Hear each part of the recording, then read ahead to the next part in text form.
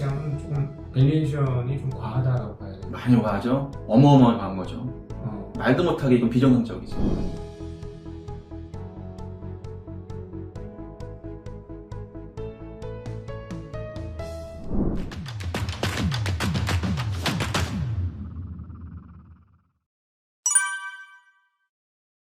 부산이 옛날엔 더 많았는데 지금 300만이고. 부산이 줄고 있죠. 네, 그리고 네.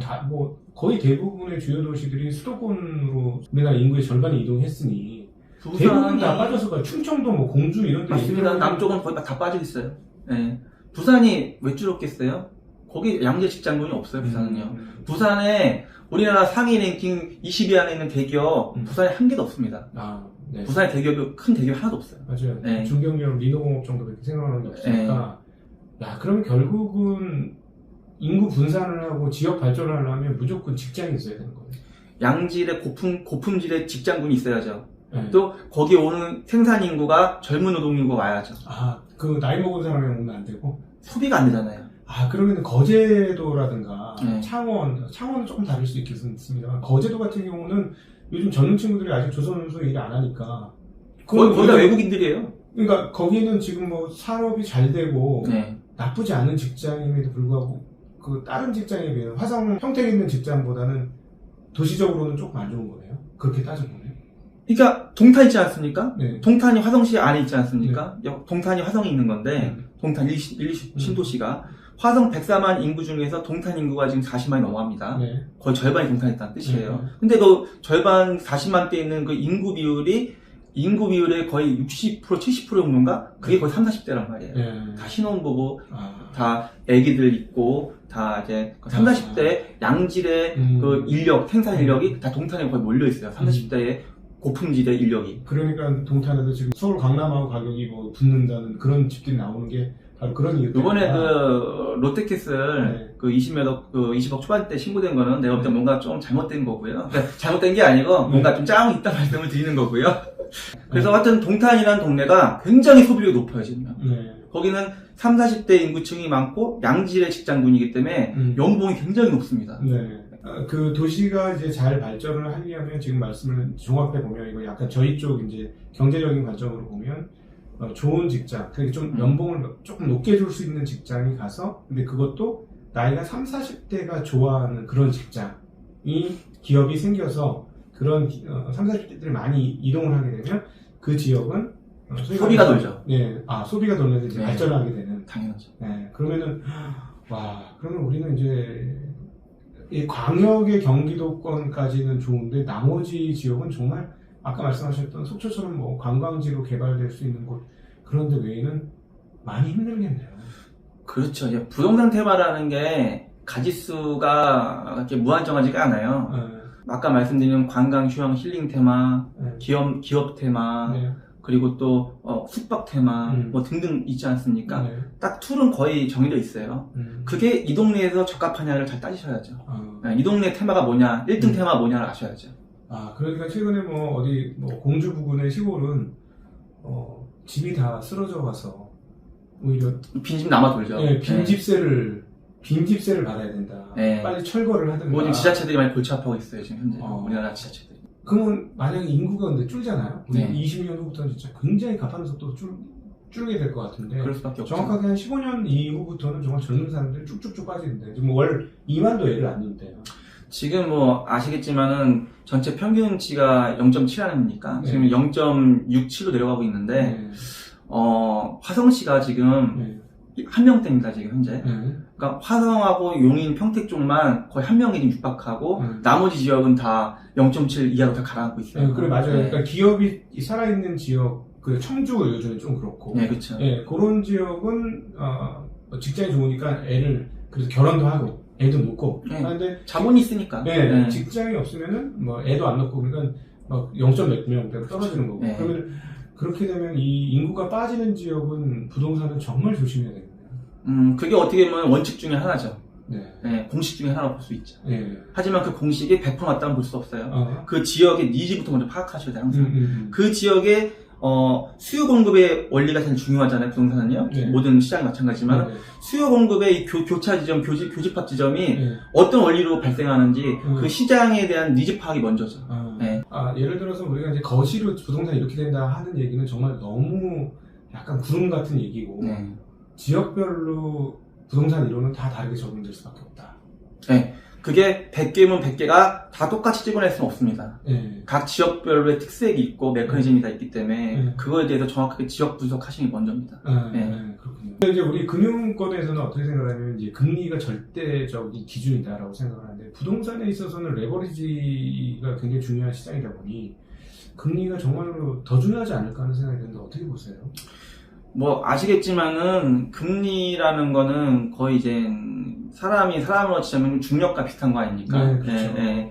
그래서 금리가 고금리로 올라갈수록 또 금리 그 정책에 따라 그 금융 정책에 따라서 대출 제한이 세지면 세질수록 아무래도 부동산 사업하기는 좀 쉽진 않죠. 네네. 제한이 심해지니까. 아무래도 레버리지가 잘 받쳐줄 때하고는 아닌 거하고는 좀 상황이 틀리잖아요. 그렇죠. 네. 그거는 확실히 무시 못하죠. 아, 하지만 금융구조가 대출 제한이 심하다고 해서 네. 부동산 사업이 뭐 흔들린다. 그렇게 보시면 저는 않아요. 부동산이 돈이 되는 이유의 요소는 네. 여러 가지가 있기 때문에 네. 그게 다 복합 요소가 돼서 결정체가 부동산이 올라가고 내려가는 거기 때문에 네. 종합적으로 다 고려되기 때문에 이 한 가지 요소만 가지고 부동산이 흔들린다는 건 아니에요. 근데 이제 조금 이제 주택 얘기, 원래 본인 전공은 아니시지만 그래도 같은 업계시니까 네. 한번 여쭤보고 싶은 게, 이 최근에 2020년, 22년에 엄청난 슈퍼 사이클을 해서 사람들이 당연히 횡보도는 좀 하락하다가 또 네. 시간이 차지면 올라갈 거다 이런 예상을 했었는데, 지금 별로 쉬지 않고 다시 올라가고 있는 것 같은데 왜 이런 현상이 나타나는지 좀 궁금했어요. 아무래도 지금 이제 빈익빈 부익부 현상이 아주 급격하게 지금 드러나고 있잖아요. 네. 뭐 대한민국뿐만이 아니고 중국도 마찬가지고 네. 미국도 마찬가지인데 아무래도 극과 극의 현상이 지금 벌어지고 있기 때문에 네. 대한민국에 있는 상위 1%의 그 인구 구조는 거의 서울에다 거의 몰려 있잖아요. 그렇죠. 예. 그러면 상위 1%의 부자들 또 상위 0.5%의 부자들 그 사람들 리그 안에서 좋은 아파트들, 고가 아파트들, 정말 뭐 우리가 아는 그 A 브랜드 아파트들이 다 사고 팔린단 말이에요. 그러겠죠. 그 사람들 현찰력도 있으니까 그 금융에 기대지 않았어요. 예. 그러면서 또 영끌에서 피봤던 MZ세대들이 예전에 그 불안감이 또 살아나는 거 있죠. 아파트들이 팔리기 시작하면서. 지금 이제 21년도 최고점 대비해서 거의 서울 아파트들이 거의 90%? 85%, 90%까지 거의 올라갔다고 하더라고요. 근데 뭐 팩트도 맞더라고, 보니까요. 근데 그런 현상이 일어나기 때문에 또 불안한 거예요. 이거 또 잘못하면 못 사는구나. 또 정부에서는 또, 뭐 금융가에서는 또 스트레스 DS가 2단계도 도입한다는데 그럼 점점 대출하면 좁아지고 대출 문턱은 좁아지는데 잘못하면 대출도 못 받게 생겼으니까 빨리 레버리지 일으킬 때 일으켜가지고 빨리 아파트 사야 되는구나. 벌써 90%가 올라왔으니까 이게 불안 심리를 잘 카는 거잖아요. 그렇죠. 근데 이건 정말 아주 단면적인 것만 보는 상황이고요. 주사의 육각형을 다 볼 줄 알아야 되는데 육각형이 한 면만 보는 거기 때문에 나머지 5면을 다 볼 줄 알아야죠. 5면을 봤을 때는 뭐 국내에 지금 여러 가지 현상 너무 안 좋죠. 그리고 지금 우리나라 같은 경우는 미국과 중국 간의 샌드위치 아닙니까? 양쪽 눈치를 다 봐야 되고. 그리고 지금 우리가 수출 기조가 지금 그렇게 지금 좋은 상황은 아니잖아요. 최근 좋아지고는 있지만은 전체로 봤을 때는 좋지는 않거든요. 우리가 볼 때는. 그리고 지금 아시겠지만 우리나라의 거의 증시의 거의 4분의 1을 차지하는 삼성전자가 저렇게 좀 헤매고도 있는 상황이고 솔직히 지금 뭐 더 잘 아시잖아요. 뭐 엔비디아, TSMC 장난 아니었으니까 대만에도 장난 아니잖아요. 지금 미국도 그렇고. 그러니까 우리나라에서 1등주가 지금 이렇게 허덕인다고 표현해야 되나? 이렇게 좀 숨고르고 있고 우리나라 정부에서는 이 반도체라는 거를 먹고 살리는 이 딸인데 이쪽에 대해서 우리 중앙정부는 지원책이 솔직히 다른 나라에 비하면 정말 약하거든요. 그러니까 대기업들이 웬만하면은 미국 가서 건물 때려 짓고 공장 짓고 지금 그런 거 아닙니까? 현대에도 삼성도 다 미국에다 건물 짓잖아요. 지금 또 베트남에 짓고 앉아 있고. 그러니까 정부 정책 지원도 대기업한테는 좀 박하고 박할 수밖에 없죠. 지금 셀 수가 없는데 더군다나. 이런 상황이기 때문에 우리나라가 지금 내가 말한 이 단면적인 것도 말씀드린 거고, 뭐, 우리나라 지금 뭐 자영업자들 죽어나가고 있죠. 지금 가계부채 1등이죠, 지금. 이런 상황에서, 지금 또 PF가 여기도 올 상황에서, 이런 여러 가지 지금 제가 말하는 건 좀 빙상의 일각 같아요. 더 많은 여러 가지 변수가 있는 이 상황에서, 과연 저 아파트가 지금 이렇게 갑자기 데스켓 바운드식으로 올라가는 게 네. 이게 과연 옳은 걸까요? 아, 그러면은 네. 그 후배들한테, 네. 30대 후배들한테 네. 이제 사회 진출해서 이제 결혼하면 집도 필요한데 이런 후배들한테 그냥 어떻게 얘기해 주고 싶으세요? 경력자로서. 그리고 동료들, 한 40대 초반의 동료들한테. 후배들한테? 네. 일단은 저는 토지에 특화된 사람이고요. 네. 아파트는 솔직히 저도 아파트가 지금 한 채밖에 없어요. 네. 주거라는 상품은 자기가 실수에 의해서 필요에 의해서 사는 게 좀 맞다고 보고 당연하게 그건 네. 정서가 아니니까. 네네. 네. 그렇죠. 여러분들이 아파트값 올라가는 거 다른 거 아니잖아요. 여러분들이 아파트값 올라가는 현상은 투기 투자 세력이 들어가기 때문에 아파트값이 오르는 겁니다. 네. 그 세력만 싹 빠지잖아요. 아파트가 절대 안 오릅니다. 전세 같은 경우는 100% 실수요자 그 의미잖아요. 다 실수요자만 전세 얻으니까. 근데 매매라는 거는 매각이라는 건 매매 시장에서는 투자 세력이 전국에 있는 지금 뭐 2,800조, 3,000조 되는 이 투자 세력들이 움직이기 때문에 투자 유동자금이 움직이기 때문에 아파트값이 올라가는 거지. 젊으신 분들이 저도 MZ의 끝물이지만은 MZ세대 분들께서 주거상품이라는 거는 정말 내가 필요해서만 거주한다 라는 것만 딱 장착하고 계시면은 그거 말고 돈 벌 거 되게 많아요. 부동산 시장에서 정말 게 무유한이 많아 진짜. 부동산 시장에서는요. 그 공부하시고 경험하시고 또 진짜 잘하는 사람 멘토한테 공부하셔가지고 정말 믿을 사람들 공부하셔가지고 살아있는 공부, 실전 투자 공부, 살아있는 공부하셔가지고 돈 벌 생각들을 하시면 모르는데 저처럼 막연히 그냥 아파트 값이 올라가니까 따라 사겠다. 그냥 뭐 기러기들처럼 따라서 사겠다. 그러니까 아파트 값이 올라가는 거예요. 투기 투자 세력만 싹 빼져버리면요 아파트 절대 안 올라가요. 누가 투기 투자 세력이에요? 그 2, 3년 동안 슈퍼사이클처럼 확 올라갔잖아요. 그거 다 투기 세력, 투자 세력이죠. 다 레버리지 일으켜가지고 레버리지 7, 80%, 8, 90% 꽉 일으켜가지고 다 아파트 무주택자들도 그냥 투기처럼 사버리고 무주택자 또한 청약 넣고 사버리고 다 청약 신청하고 피받고 넘기고 그리고 자기가 살지도 않으면서 또 아파트 또 분양 받아버리고 우리나라 다주택자도 엄청나게 많아요. 진짜 많아요.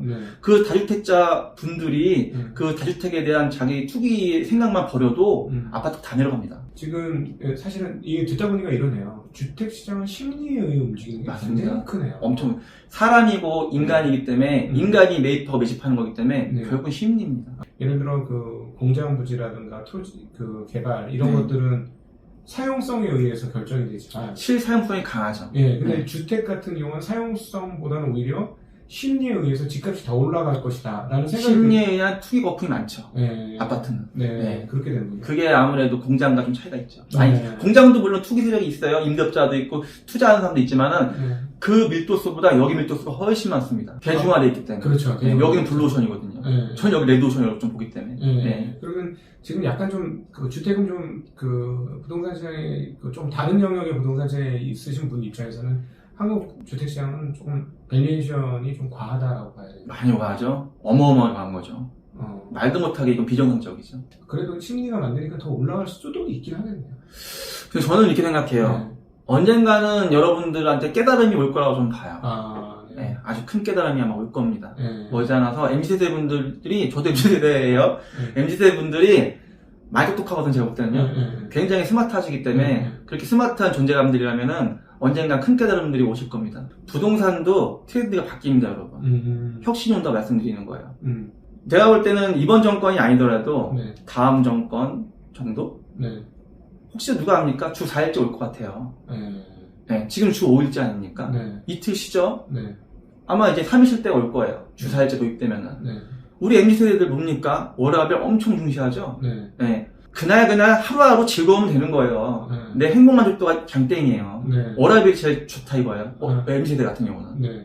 그럼 워라밸을 중시하는 MZ세대가 대한민국을 앞으로 이끌어 갈 겁니다. 차후는. 그러면 워라밸을 중시하는 MZ세대들의 특성이 있기 때문에 그 MZ세대들은 워라밸을 중요시하기 때문에 또 시대가 주 3일 시대가 또 오고 그리고 이제 능력자이기 때문에 또 앞으로는 AI 또 인공지능 시대가 확 오기 때문에 가까이 오기 때문에 앞으로 그냥 간단히 생각해서 10년을 보자고요. 그냥 그려보자 그냥. 뭐든지 상상이 현실될 수가 있어요. 스티븐 잡스가 있잖아요. 딱 상상하는데 10년 후에 우리 현상이 어떻게 바뀔까요? 육로에 있는 이 막히는 트래픽 이거 많이 들으실 겁니다. 10년 후쯤엔요. 지금 벌써 아시겠지만은 UAM이라고 해가지고 항공 드론이 이제 교통을 떠넘길 겁니다. 항공을 이제는. 항공을 하늘을 자가용이 날아다니는 말이에요. 택시가 날아다니고 자기 자가용이 하늘에 날아다니는 거예요. UAM이 드론 택시, 드론 자가용이. 그러면 벌써 드론 자가용, 드론 택시가 상용화 된다고 지금 이미 떠들고도 있어요. 그래서 제가 볼 때는 앞으로 10년이라고 치면요. 10년 후에는 육로에서 다니는 교통망도 있지만은 근데 하늘에서 날아다니는 이 대중교통도 만만치 않게 그때는 상용화 많이 돼 있을 거다. 10년 후에는. 그거를 거꾸로 역설하면 어떻게 되느냐면요. 부동산 트렌드가 바뀔 수 있다는 거예요. 자, 저 사람이에요. 사람은 욕구와 본능이 있고 힐링을 중시해요. MZ세대 월해발 중시하죠. 그러면은 따박따박 붙어있는 집합건물이 아파트 들어가 사고 싶겠어요? 닭게장 집처럼? 홍콩 보세요. 답답하잖아요, 그냥. 답답하죠. 네, 답답하잖아요. 홍콩 가면 막 미칠 것 같아요. 너무 답답하고, 너무 덥고, 해도 가서 일조건도 없어요, 그냥. 그러니까. 그러면, 진짜로 이렇게 막, 한강뷰라던가, 어떤, 남한강뷰라던가, 그런 힐링을 주고, 어떤 정서 만족도를 주는 그런 풍광이 있는데 말고는, 그냥 인구 집중돼 있는 한 도심, 한 복판에 있는 아파트. 그냥 답답한 아파트, 콘크리트 건물. 거기에 엘리베이터 눌러서 항상 올라가야 되고 지하주차장에 차 세우고 또 꾹꾹 올라가야 되고 저 같으면요 10년 후쯤에는 그냥 내가 강남에서 떠가지고 양평 가는데 15분 하늘 날아가니 막힌 게 없잖아요. 네. 그리고 또 내가 또 어디 가는데 또 20분 30분 2시간 걸릴 게 20분 걸리고 3시간 걸릴 게 25분 걸린단 말이에요. 하늘 날아다니면은 그러면 당연히 마당 넓고 앞에 강도 호수도 있고 뒤에 산도 있고 사람들 이웃들도 딱딱 이웃들도 있는 타운하우스라던가 예쁜 전원주택이라던가 힐링을 즐길 수 있고 내 가족의 행복 만족을 지킬 수 있는 정서적으로 휴식이 되는 그런 전원주택 사이클이라던가 그런 데서 내가 내 자가용 드론 택시 타고 날아다니고 드론 차 타고 날아다니고 그러면서 그럼 드론이 날아다니면은 분명히 세울 때가 있어야 되잖아요. 세울 때면은 당연히 아파트 어디다 세우겠어요? 드론을 세울 데 없잖아요. 예를 들어 말씀드리는 거야. 자가용들이야 당연히 지하 주차장 다 들어가죠. 지하로. 근데 내가 정말 잘 사는 부르주아들은 그때 날아다닐 텐데 지금 대한민국에 있는 0.5% 1% 부르주아들은 10년 후에는 날아다닐 거다. 지금 물가로 따져서 드론 자가용 5억 8억이면 산단 말이에요. 그냥 예를 들어서요. 그러면 그때 가서 내가 드론 자가용 사가지고 나 강남에서는 일 보고 직장 보고 그리고 양평, 가평 내 집으로 가야지. 그럼 바로 드론 떠가지고 날아가서 15분, 20분이면 딱 내 집 옥상 루프탑에 딱 앉히고 내 집 마당에 딱 앉히면 끝나는데 얼마나 좋아요. 내 앞에 북한강 남한강 있고 힐링되고 거기 고기 구워 먹고 친구들 초대하고 이게 삶의 거주 행복 만족도고 직장의 만족도는 직장의 세계가 따로 있는 거고 그러면 강남이나 어떤 용산 그쪽은 직장군이 될 것이고 내가 거주하는 곳은 15분만 날아가면 되고 날아갈 때 북한강 보고 날아가면 되잖아요. 경치 구경하고 그런 시대가 올 수도 있어요. 부동산 트렌드는 앞으로. 지금 부동산 트렌드가 바뀔 수 있다라고 이제 말씀을 하셨는데 실제로 이제 미국 상황을 보니까요.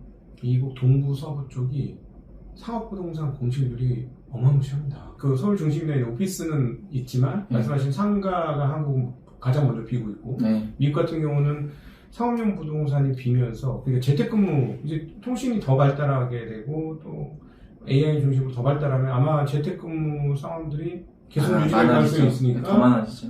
아마 그 미국 상업부동산이 쉽게 복귀하기가 쉽지 않을 거다라는 생각이 드는데 그것도 일종의 트렌드 변화인 거잖아요. 그러니까 그런 변화들이 한국에도 맞습니다. 어떤 식으로든지 생길 수 있다. 그거 하나의 예고요. 또 하나의 예를 말씀드리면은 요즘 이제 우리가 배달의 민족, 쿠팡 등등 완전 배달 체계가 잘 돼 있지 않습니까? 우리나라가 이제 외국보다 훨씬 잘 돼 있어 우리나라 보니까 배달 체계가요. 배달이 잘 된다는 거는 먹을 음식이 배달이 잘 되고 내가 필요한 물품 배달이 잘 된다는 거는 상가들이 죽는다는 얘기예요. 그러네요. 네. 내가 뭐하러 거기까지 심지게 나가서 상가에 앉아서 거기서 사람들 시끄럽게 밥 먹고 있으니까 내가 편하게 영화 보면서 집에서 밥 먹죠. 시켜서 먹죠 그냥. 상업용도의 건물들은 상가들은 여러 가지 이유로 좀 솔직히 상가가 대한민국에 좀 너무 많아요. 근데 지금 이런저런 이유로 상가 용도가 지금 많이 축소되고 있어요. 그렇군요. 그럼 지식산업센터는 어떻게 했어요?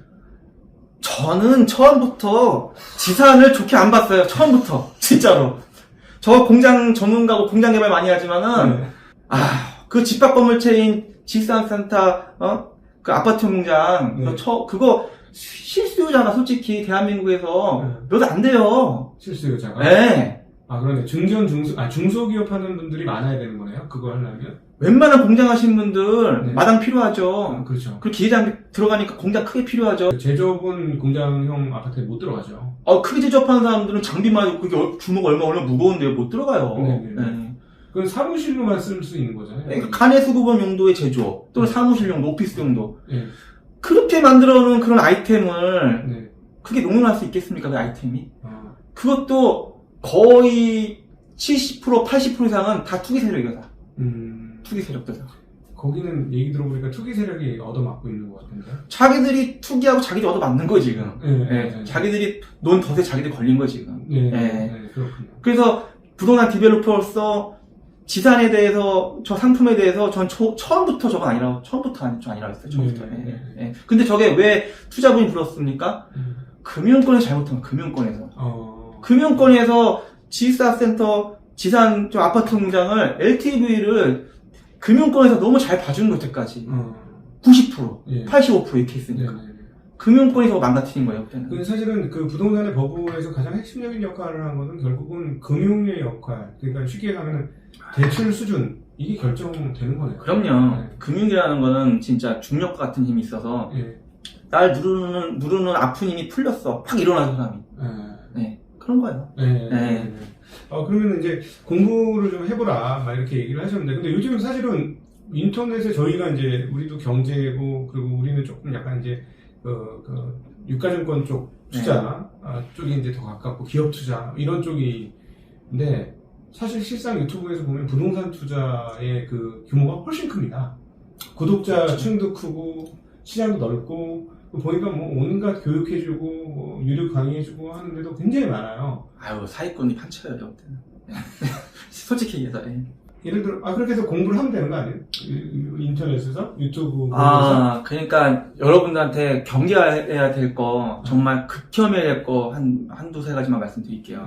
의사분들도 나쁜 의사분들이 있잖아요. 뭐 정말 폭리를 취하고 돌팔 의사들 예를 들어서 그 나쁜 의사 한두 명 때문에 전체 의사를 욕할 수 없는 것이고요.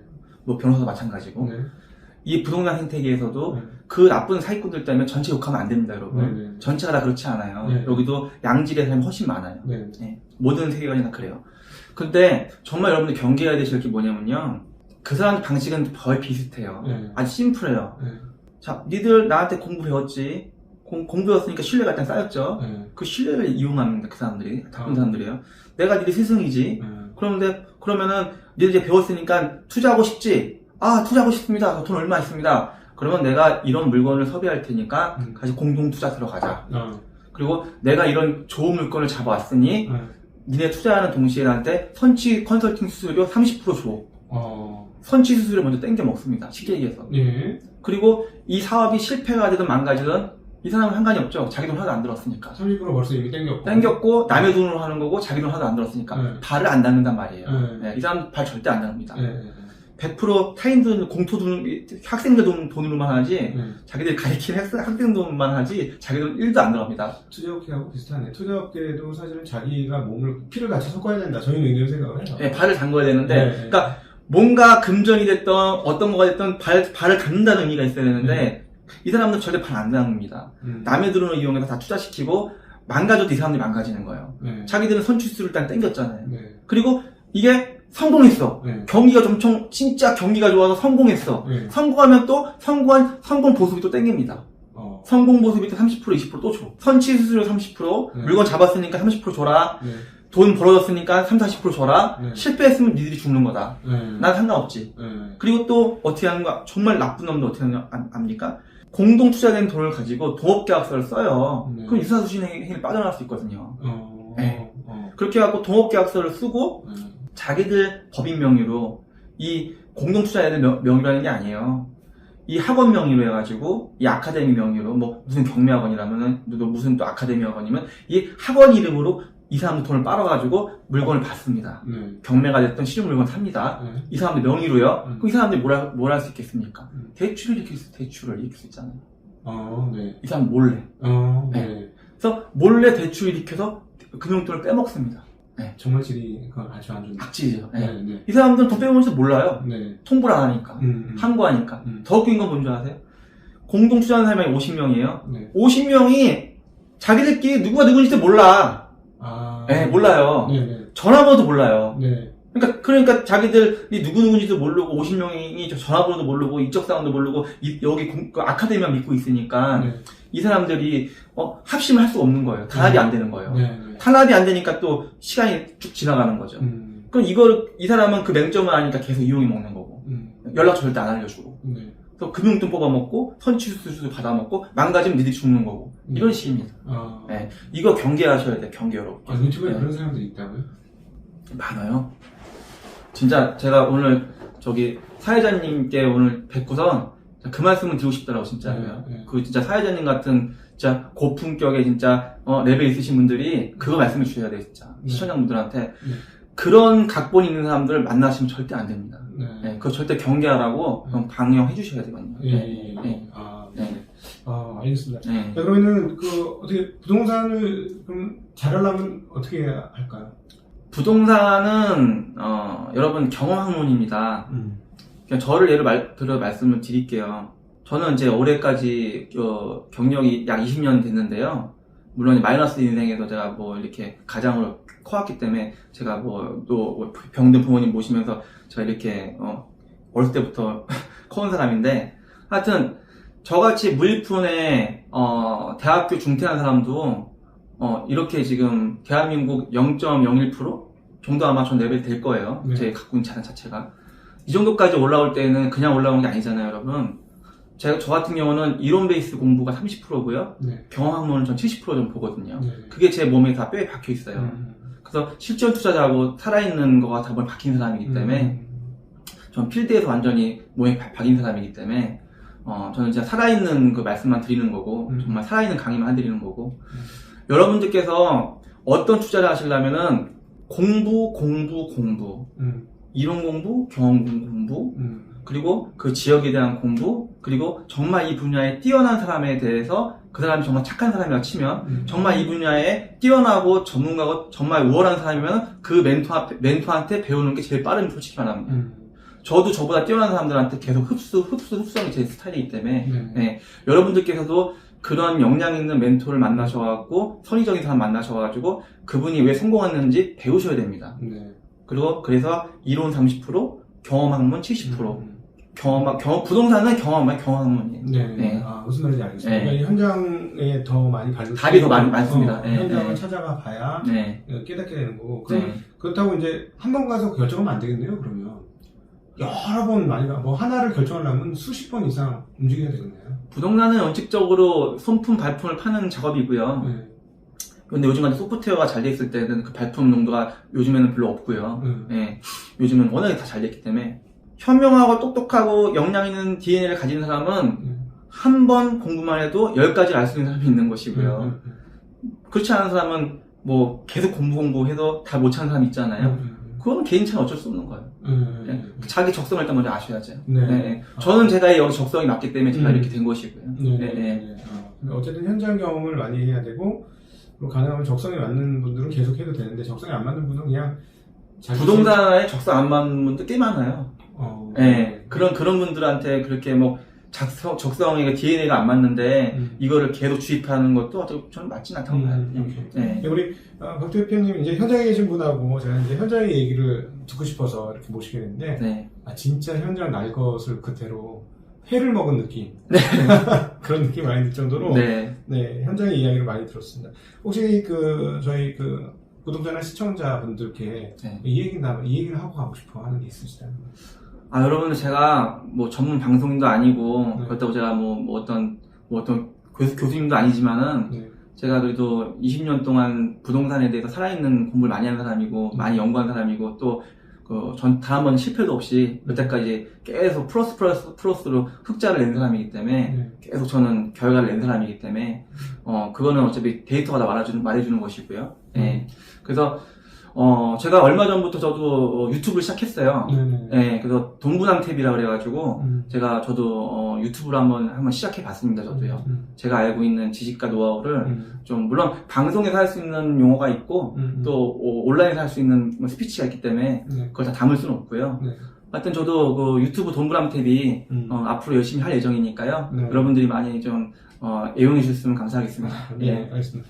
자, 오늘 그 TY 개발의 네. 박효근 대표님과 함께 실전 부동산 투자에 대한 이야기를 들어봤고요. 그리고 실전 투자자가 느끼는 어떤 부동산의 가치 평가에 대한 이야기도 좀 들어보았고, 그리고 부동산 공부할 때 주의할 점, 네. 이런 부분도 같이 들어보았습니다. 아마 굉장히 쉽게 이해가 되는 그런 시간이었고, 부동산에 대해서 잘 모르시는 분도 아, 그렇구나, 그렇겠구나 하는 생각을 많이 하는 시간이 아니었을까 싶습니다. 저는 개인적으로 아, 그렇구나 하는 시간이었던 것 같습니다. 오늘 긴 시간 함께 해주신 모든 시청자분들께 감사드리고, 그리고 좋은 현장의 소리를 저에게 전달해주신 박효근 대표님께도 감사드립니다. 감사 인사드리겠습니다. 고맙습니다. 감사합니다.